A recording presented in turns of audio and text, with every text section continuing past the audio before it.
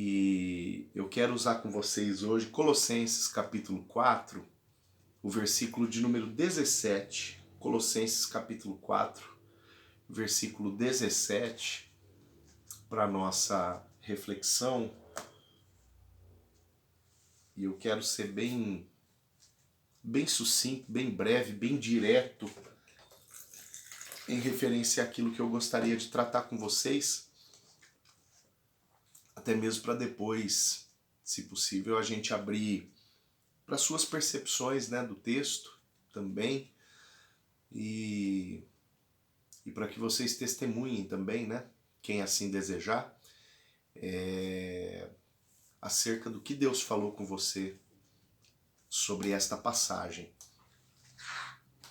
Colossenses 4:17, já chegando no finalzinho, né, dessa carta, Paulo ele escreve o seguinte: dizei a Arquipo, atenta para o ministério que recebeste no Senhor, para que o cumpras. Somente esse versículo, e eu gostaria de pensar com vocês, né? Eu sei que dá para a gente extrair bastante coisa de uma recomendação como essa, ainda mais se a gente for conceituar ministério, se a gente for conceituar quem era Paulo e as poucas informações que nós temos acerca de Arquipo, que só aparece mais uma vez, né, na Bíblia, mas as poucas informações e algumas presunções que a gente pode ter em cima daquilo que Paulo fala quando ele escreve essa carta à igreja de Colossos. Enfim, daria para a gente conversar bastante sobre esse texto, mas eu gostaria de me firmar em um pilar apenas, que seria o pilar do ministério vivo, né, do ministério ativo, do ministério funcional, né?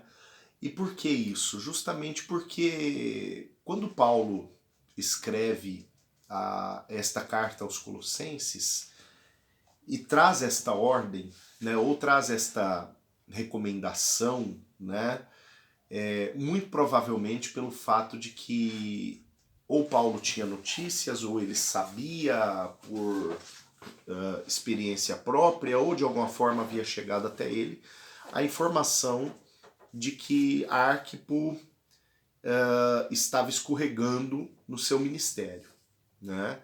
Porque essa é uma palavra de correção, essa palavra que Paulo traz, né? Diz para o Arquipo prestar atenção no ministério que foi dado para ele. Muito provavelmente essa advertência se dá por conta de um ministério que por algum motivo estacionou, né? Por algum motivo esse ministério parou, por algum motivo esse ministério se distraiu, né?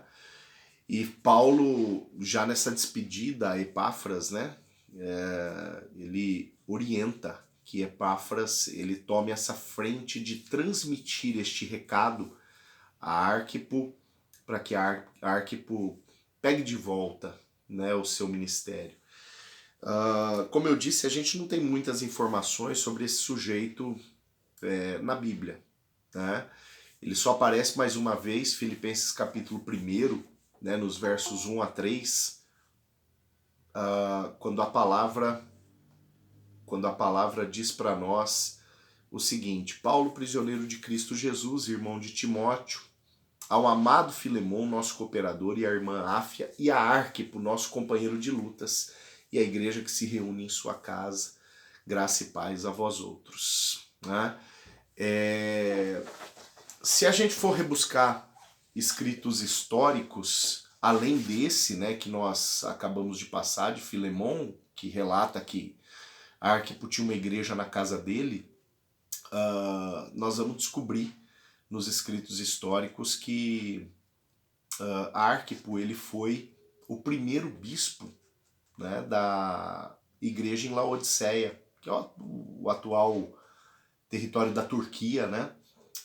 O primeiro bispo ali no século I da igreja estabelecida em Laodiceia. Ou seja, esse cara foi um líder, esse cara foi um pastor, esse cara foi um líder de líderes, esse cara estava debaixo de uma cobertura institucional através de Paulo, só que mais diretamente através de Epáfras, né? Então, todo esse desenho estrutural a gente conhece muito bem, né? O pastoreio de uma igreja local a gente conhece muito bem. Quem sabe o fato de Arquipo ter sido perseguido, né? Fazer parte de uma igreja perseguida, tudo indica que ele morreu esfaqueado por algum oficial do Império Romano durante o governo de Nero. Quem sabe isso nós não sabemos muito bem como que é, né? O de sermos perseguidos, de sermos uma igreja perseguida. Mas o restante, naquilo que diz respeito à história de Arquipo, parece ser algo bastante familiar, né, para a nossa caminhada pastoral e para o nosso dia a dia, né? Bom, quando Paulo escreve essa carta aos Colossenses, Paulo diz a Arquipo: atenta para o ministério que você recebeu para que você cumpra, né? Eu não sei se o ministério de Arquipo estava perto da morte, eu não sei se o ministério de Arquipo estava desviado dos propósitos, mas por algum motivo Paulo dá esse recado a Arquipo, e eu gostaria de trabalhar com vocês acerca desta orientação, né, de um ministério vivo e, sobretudo, apontando para o alvo para o qual nós somos chamados a exercer a nossa vocação, né? Apontando para essa direção e nos livrando, quem sabe, de algumas armadilhas que no decorrer do ministério são lançadas, né, à nossa frente, né? Olhando para o próprio texto, Paulo ele começa a sua advertência a Arquipo dizendo para ele o seguinte: atenta, né? Atenta, preste atenção, né? Uma armadilha que nós precisamos cuidar para que o nosso ministério não venha a cair, a sofrer um acidente, é a armadilha da desatenção, né? Desatenção. Primeira armadilha que eu quero colocar aqui para vocês, né? Em algum momento, quem sabe, Arquipo deixou de dar para o seu ministério a devida atenção necessária, e por isso Paulo chama ele de volta a essa dimensão de atenção. E por mais que a gente preste atenção na nossa caminhada ministerial, nós precisamos lembrar de alguns exemplos bíblicos para que a gente não venha a cair no engano de que nós somos ilesos dessa realidade, né? Nós temos alguns exemplos bíblicos de gente muito desatenta, mas que andou muito perto de uma dimensão ministerial. Por exemplo, na última ceia a gente tem o relato de Filipe, né? Filipe é um símbolo de desatenção incrível, que depois de caminhar 3 anos e meio com Jesus, Filipe, comendo ali na mesma mesa que Jesus, ele diz: mostra-nos o Pai e vai dar tudo certo, né? E Jesus visivelmente se decepciona com Filipe quando Filipe fala isso. E Jesus diz: cara, 3 anos você está andando comigo e você não percebeu quem eu sou, né? Pedro, o grande apóstolo Pedro, foi um baita de um símbolo de desatenção, né, que chega a levar ele, por conta da distração dele, da desatenção dele, ele retrocede na fé, né, na caminhada ministerial, né? Em João 13, por exemplo, Jesus diz para Pedro: Pedro, você vai me negar 3 vezes. E a resposta de Pedro ali é: não, Jesus, de jeito nenhum, né? E Jesus fala para Pedro: o galo vai te lembrar quando eu te disser, quando você negar pela 3ª vez. João capítulo 18, a gente sabe a história, o galo de fato canta, né? Depois de Pedro ter negado Jesus 3 vezes, e é aí que Pedro percebe a distração que ele teve, né? E o pior de tudo, no meu ponto de vista, é quando Jesus ressuscita, João capítulo 21, que Pedro é incapaz de reconhecer Jesus, né, ressuscitado, né?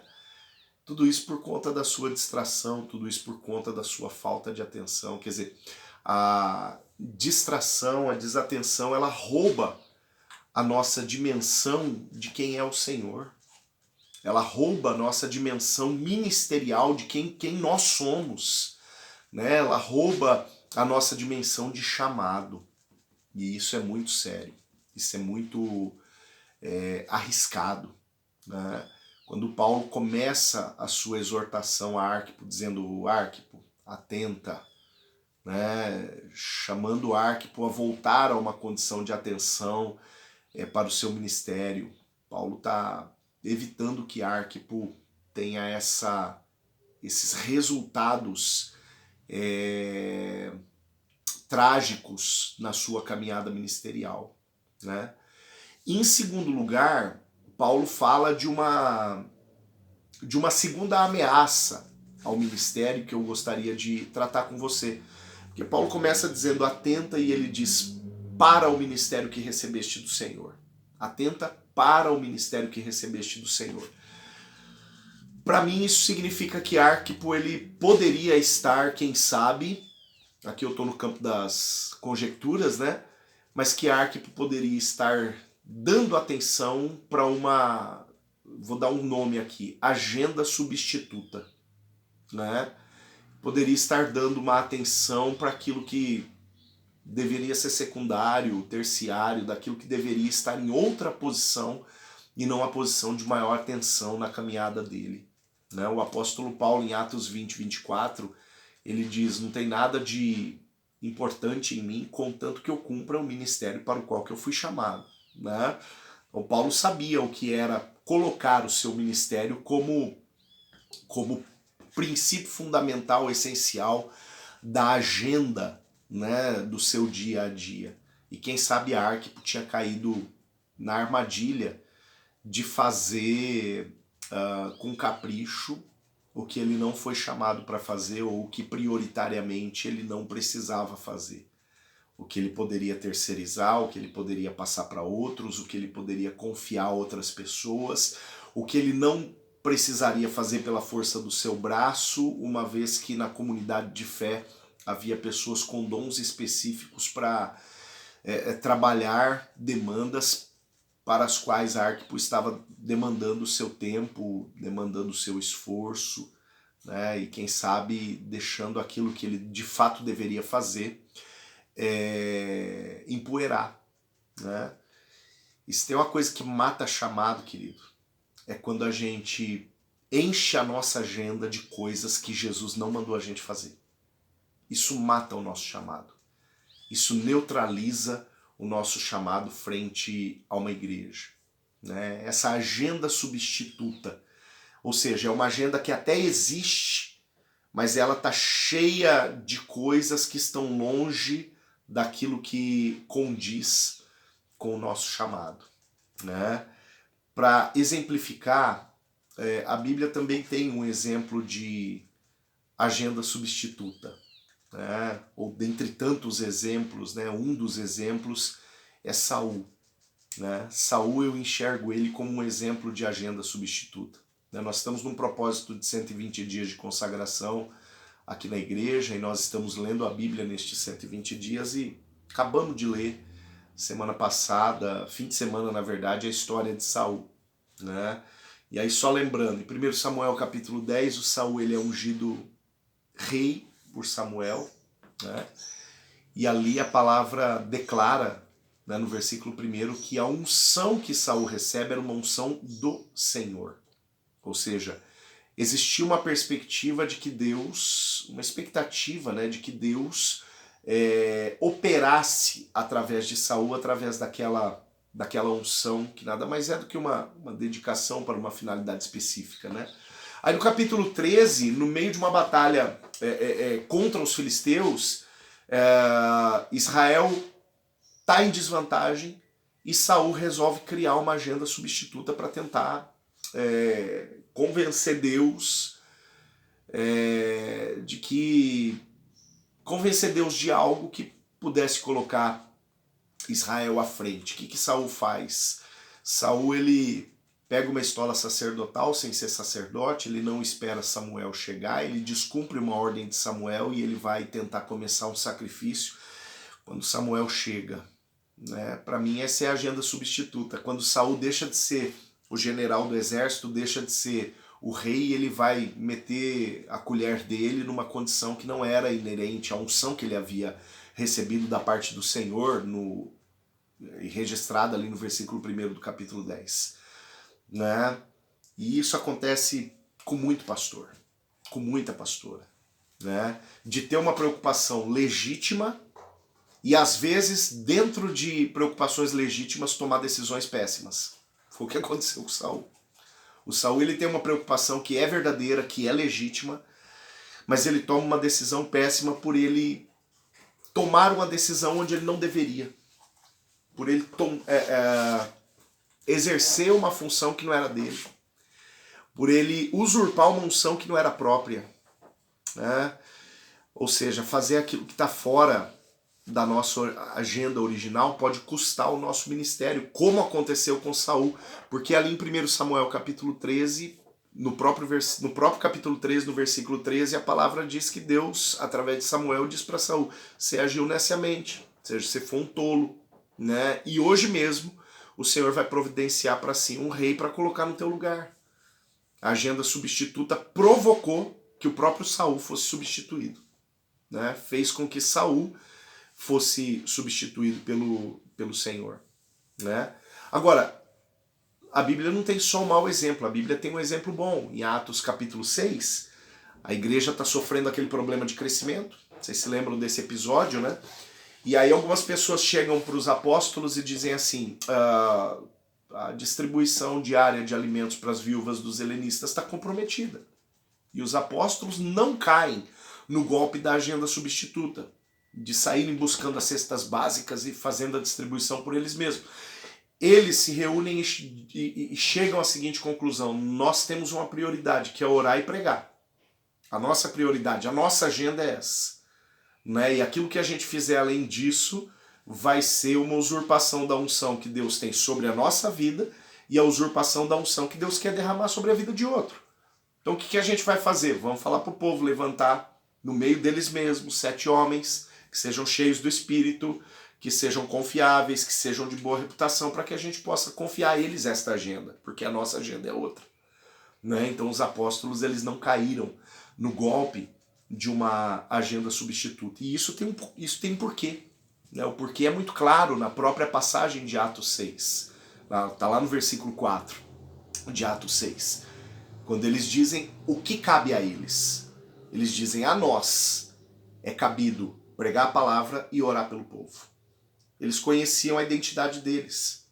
E a partir do momento que eles conheciam a identidade deles, que eles conheciam o chamado deles, esse exercício de voltar ao nosso chamado tem que ser constante na nossa vida.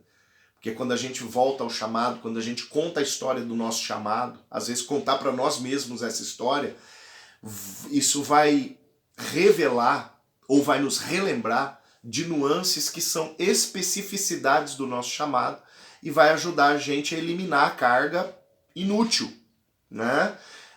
Todos nós conhecemos Mateus capítulo 11, a partir do versículo 28, vinde a mim os que estáis cansados, sobrecarregados, e eu vos aliviarei. Né? O que é sobrecarga? Sobrecarga é uma carga além da nossa capacidade. Jesus não falou para a gente não ter carga. O ministério é uma carga, mas ele não pode ter sobrecarga. Né? E às vezes a agenda substituta vai enfiando sobrecarga no nosso dia, e ao ponto das 24 horas serem insuficientes. Opa, tem um problema aí. Né? Então a segunda orientação, a segunda advertência que Paulo faz para Arquipo é exatamente essa: cuidado, Arquipo, com a agenda substituta. Né? Presta atenção no teu ministério. E aí no finalzinho desse versículo Paulo diz: olha, atenta para o ministério para o qual você foi chamado, para que o cumpras. Para que o cumpras. Aqui tem a terceira advertência que eu gostaria de passar para vocês. O cumprimento do ministério, ou seja, a não desistência. O pastor Danilo Figueira usaria o termo indesistível, né? Para não plagiar o Danilo Figueira, eu vou colocar essa terceira advertência como uma advertência a nós não desistirmos do que Deus não desistiu, né? Ou tomarmos o cuidado para não desistirmos do que Deus ainda não desistiu, né? Ou seja, a ausência de perseverança, de persistência, de não intencionar terminar aquilo que a gente começou, né? Eu citei o Danilo Figueira, vou citar ele mais uma vez e agora com os devidos créditos, né? Porque essa frase dele eu classifico como fantástica. Ele diz assim: tão importante quanto ter iniciativa é ter acabativa. Ou seja, tão importante quanto a gente ter a intencionalidade de começar, é nós mantermos essa intenção viva, de não parar projetos na metade, de não parar de investir em pessoas na metade, né? E voltando àquilo que eu estou colocando como tema dessa advertência, da gente não desistir do que Deus não desistiu. E às vezes Deus não desistiu de projetos, mas nós já estamos cansados desses projetos. Às vezes Deus não desistiu de pessoas, mas nós já cansamos de algumas pessoas. E a grande ordem que Deus traz para nós, que a palavra traz para nós, e a advertência que Paulo traz para Arquipo aqui é essa: não desistir daquilo que Deus não desistiu. Quem sabe em outra ocasião a gente pode falar sobre não persistir em algumas coisas que Deus já deixou para trás. E quem sabe podemos usar o próprio exemplo de Saul em algum determinado momento. Mas para não abrir demais o leque, né? Vamos ficar nessa temática apenas. A Bíblia traz exemplos fantásticos de gente que não desistia facilmente de pessoas ou de projetos. Por exemplo, Jesus, em momento nenhum, Jesus se intimidou com as ameaças de morte que são repetidas vezes, repetidamente feitas na palavra do Senhor contra Jesus. Só em João, para vocês terem uma ideia, só no Evangelho de João, são 10 referências ao desejo de eliminar Jesus, de matar Jesus, que os sacerdotes e o império tinham contra ele, né? E Jesus não desistiu por causa disso. Pedro e João, mais um exemplo. Pedro e João, depois que eles são presos, açoitados, ameaçados, lá em Atos capítulo 4, quando eles vão ser soltos, eles fazem uma declaração de alguém que não desiste facilmente. Eles dizem: nós não vamos parar de falar daquilo que nós temos visto e ouvido, né? Outro exemplo, o próprio apóstolo Paulo, que escreve essa carta na qual nós estamos, né? Paulo, ele é chamado para pregar diante de poderosos. Vocês se lembram, né, de Atos capítulo 9, quando Ananias chega para ele e diz para ele, revela o projeto de Deus para ele: você vai pregar diante dos grandes e dos poderosos. Os grandes e os poderosos estavam em Roma, né? E Paulo só teve um jeito de chegar em Roma: cadeia. Ele só teve um jeito. Ele poderia ser livre em Jerusalém, mas ele poderia recorrer a César para que ele pudesse ir a Roma e ser julgado em Roma. Ele já tinha sido absolvido em Jerusalém, ele não precisava recorrer. Mas ele recorre a César. Tanto que o povo pergunta para ele: cara, você entendeu o que está acontecendo? A porta está aberta, vai embora, né? Você não precisa recorrer a César. Se você recorrer a César, você continua preso, a porta está aberta, você está livre. Ele diz: não, eu quero recorrer a César. Porque ele sabia que indo para Roma ele ia pregar para os grandes e para os poderosos. A forma que ele poderia chegar em Roma era exatamente essa, né? E lá em Atos capítulo 21, essa porta de ir para Roma se abre. Como que essa porta se abre? Com as portas da cadeia se fechando para Paulo. Paulo ficando preso.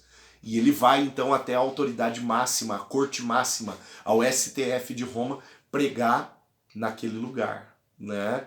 Aí alguém pergunta: esse cara tá louco? Não, esse cara ele tá cumprindo o propósito. Ele não desistiu do propósito que lá atrás foi anunciado para ele. Terceira advertência que Paulo traz para Arquipo é exatamente essa: não desista do que Deus não desistiu, né?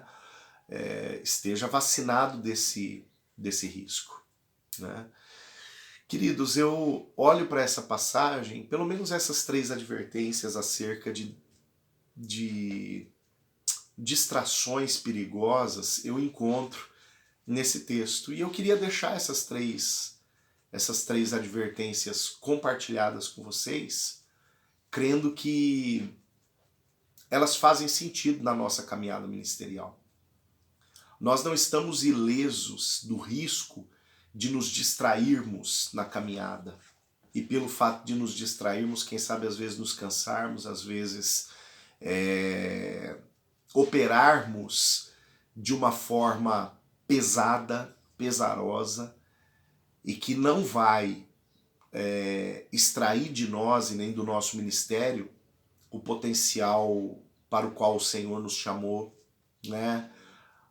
Não vai explorar a unção específica que Deus tem sobre a nossa vida, não vai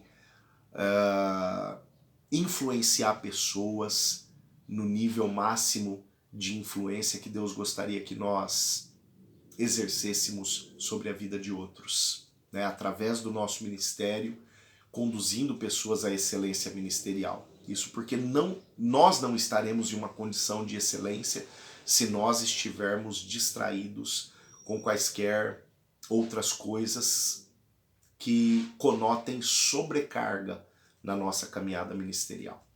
Eu gostaria de deixar essa palavra com você nessa tarde, orando para que ela seja a bênção de Deus sobre a tua vida em nome de Jesus.